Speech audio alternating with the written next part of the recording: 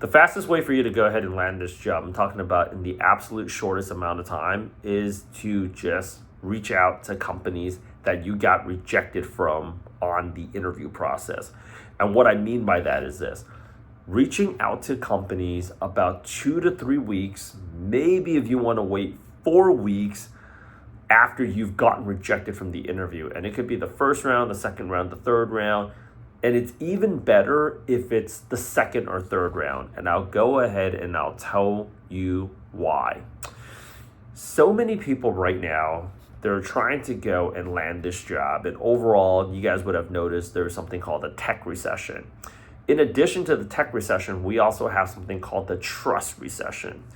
The biggest mistake any job hunter can make in any job right now in today's market is believing that the reason why they gotten rejected from the interview process was because they were unqualified. And although there are times when that's true, more often than not, and I'm giving you the straight feedback as a former tech recruiter from California, a lot of times that's just not the case.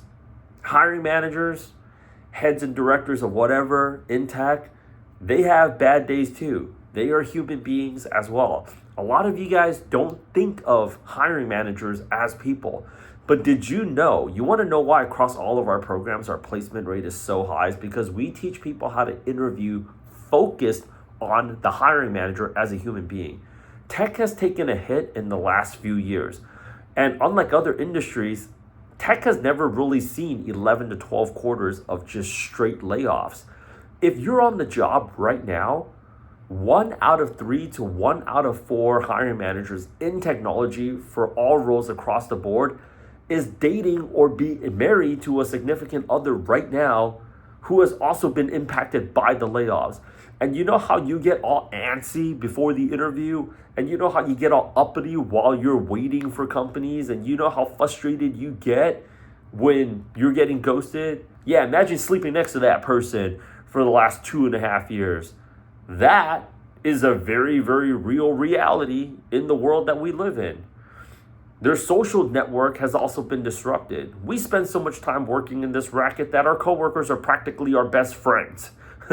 Okay? If you're left standing right now in today's market, chances are in the last 2.5 years, you were the one that had to do the layoffs.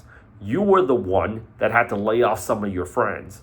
It's not a comfortable conversation to have when they're like, hey, so Susan, today's your last day. Okay, like, is that just me or everybody? No, Dan and Larry's leaving too. Well, who else are you keeping? I'm keeping John and Kelsey. Why are they keeping their effing job and I'm getting the axe, right? So you got to understand there's that reality that's going on.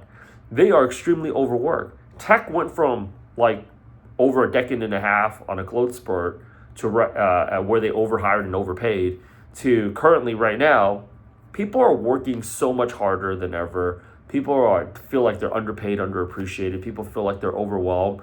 So you took the time to apply. You took the time to study the job description. You took the time to become professional. Is it because you care about that job? No, you care about you getting paid.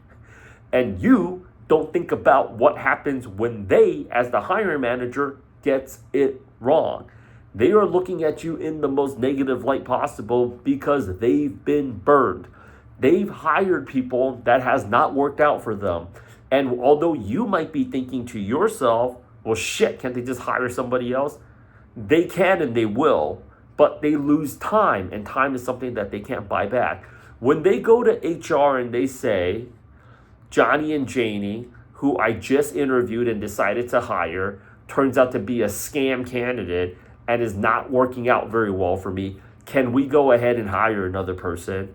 That is not a simple conversation, nor is it painless. That is a very uncomfortable conversation because HR, who likes to do real work? You don't even want to do real work. I don't even want to do real work. The last thing they want to do is like, no. I booked you 27 interviews. You did 4 rounds or 3 rounds with that cat. And you decided you wanted to hire this individual. And part of your job as a manager for this department is to train talent up. So why don't you go ahead and train them up? Now they're stuck with you, right? You guys are not looking at hiring for all the consequences, all the negative impact that they're going to be on the receiving end of if and when they get it wrong. And everybody that's been in a position of hiring has been burned. I know you're frustrated right now, spinning your wheels trying to get this job, wondering what the F you're doing wrong, and you're pissed off AF. That's why you need to schedule this call with us immediately so we can help you get a better job. You got to understand they're also as frustrated. They're not frustrated at the same things as you are because some of you need a job right now. And the way that you look at it is at least they're getting paid. But trust me, they don't really care. The last thing that they're trying to do is end up on a call with us. But like when you're really feeling overwhelmed and burnt out, you get to the point where you don't care. So here's another big mistake. When they go into this frame and they look at you in the light that's so hostile, they're not always thinking objectively, nor are they seeing the opportunity. For me as a hiring manager, I love hiring people that actually don't look very good on paper because I was a recruiter before. And there was a time when I graduated from school with a history degree trying to break into tech myself, and I was looking for a shot. So I actually see talent for everything that individual can be, sometimes even more so than the person that's interviewing with me. But not these people, not them at all. And I'm giving you this context so you can understand. When they decided that you weren't a good fit for that role, sometimes it's timing. A lot of times it's timing.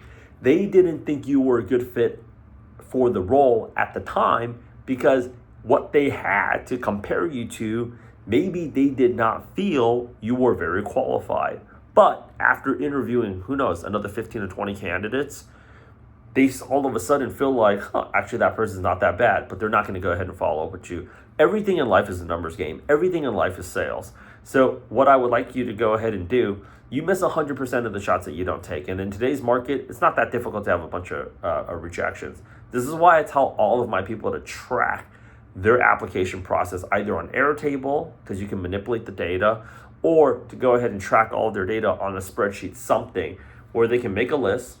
Okay, in the past 3 weeks, I got 41 rejections. If you hit 41 rejected interviews, the chances of you getting 1 or 2 interview callbacks, pretty high. Our data indicates so.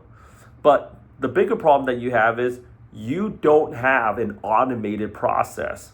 Because you can either look at me right now like I'm full of shit and I'm lying to you straight out of my teeth, and you should not listen to me, but why would you? It's 7.5 minutes in and you're still listening to my video. Or even if you were 100% bought in, you're going to take a look at this video and you can't actionize it. What you need is think of us like CrossFit, okay, for getting tech jobs.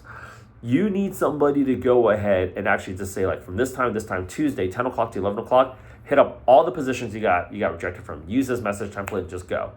It's all about how much output you would get out. Because whether you're bought in or not, even if you're 155% bought in, the procrastination and all of the friction of not having a streamlined and automated process, that's what's keeping you on the job hunt longer than you would like. And that's what's really pissing you off.